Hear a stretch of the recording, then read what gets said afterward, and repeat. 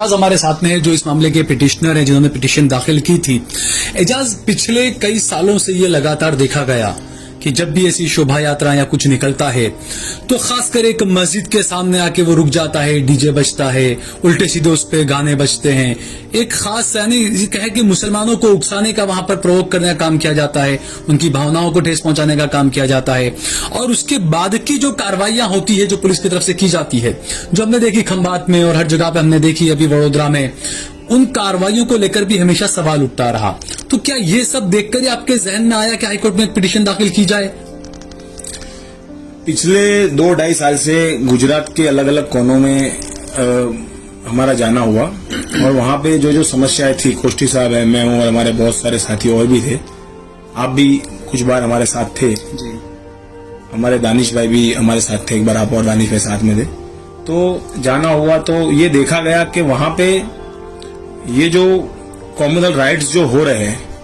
तो 2018 से लेकर 2023 तक का अभी तक का जो इतिहास है उसको अगर देखा जाए ध्यान से, तो उसका जो पैटर्न है वो थोड़ा चेंज हुआ है। पहले जो कॉम्युनल राइट्स हो रहे थे उसका एक पैटर्न अलग था। कई सालों से हमने देखा है गुजरात बिल्कुल शांत रहा है इस बाबत में, लेकिन पिछले 5 साल से ये चीज थोड़ी बदली गई थी। और हो ऐसा रहा था कि ये कॉम्युनल राइट्स ऐसे देखने जाओ तो बहुत ही छोटे हैं, किसी एक शहर में या किसी एक गांव की घटना है, लेकिन उस गांव के और उस शहर के लिए घटना बहुत बड़ी है। तो ये देखकर हमें ऐसा लगा कि इसके अंदर आगे कुछ काम करना चाहिए। तो हमारे एडवोकेट साहब और हमारी बैठकर बड़े लंबे समय से ये बात चल रही थी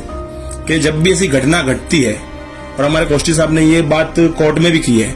कि घटना घटने के बाद पुलिस स्टेशन जाना, अस्पताल जाना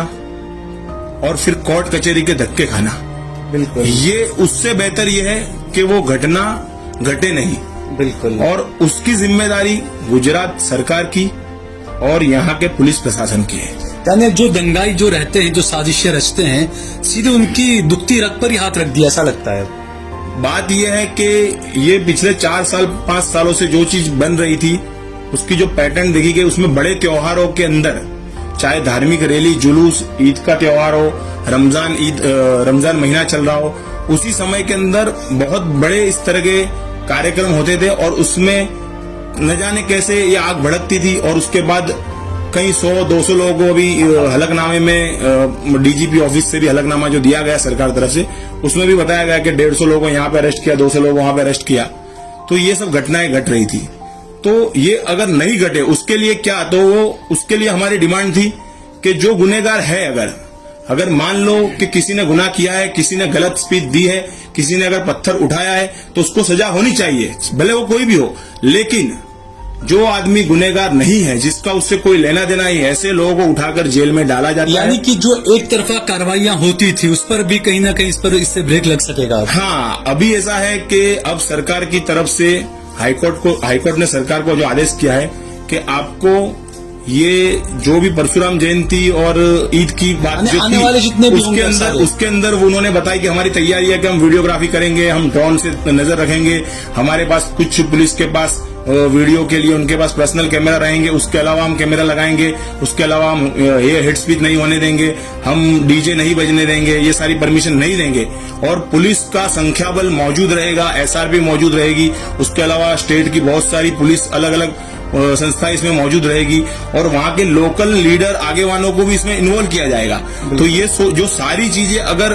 परशुराम जयंती और रामनवमी के लिए अगर की जा रही है, वही बात हमारे एडवोकेट साहब ने कोर्ट में यही बात रखी और आगे ये बात को बढ़ाते हुए कोर्ट ने ये कहा कि आने वाले किसी भी प्रकार के इस तरह के, चाहे वो मुहर्रम हो या कोई भी, किसी भी, अगर मुहर्रम है, ईद मिलाद का जुलूस है, चाहे वो रामनवमी है, चाहे परशुराम जयंती है, चाहे हनुमान जयंती है, चाहे और कोई त्योहार है, कहीं भी अगर कोई जुलूस निकलता है, कहीं भी कोई धार्मिक इस तरह का मेड़ावड़ा होता है, तो वहां पे उसकी वीडियोग्राफी, फोटोग्राफी होनी चाहिए। वहां पे इस तरह के जो माइक है, डीजे, उसको प्रतिबंध कर दिया है। और आने वाले वक्त में, जैसे बात आपने एक सवाल पूछा था कि आने वाले वक्त में सबसे बड़ी बात है कि हाईकोर्ट की तरफ से तो ये बात रखी गई है, निर्देश जारी कर दिया गया, लेकिन गुजरात की जनता को जागरूक होने की जरूरत है और कुछ लोगों की वजह से ये पूरे गुजरात का माहौल जो बिगाड़ने की बात चल रही है। तो हमें क्या करना है कि हमें वहां पे जाके हमारे लोकल पुलिस स्टेशन में हमारे वहां के एसपी साहब से, पीआई साहब से, पीएसआई साहब से वहां पे मिलकर ऐसे कोई भी कार्यक्रम के पहले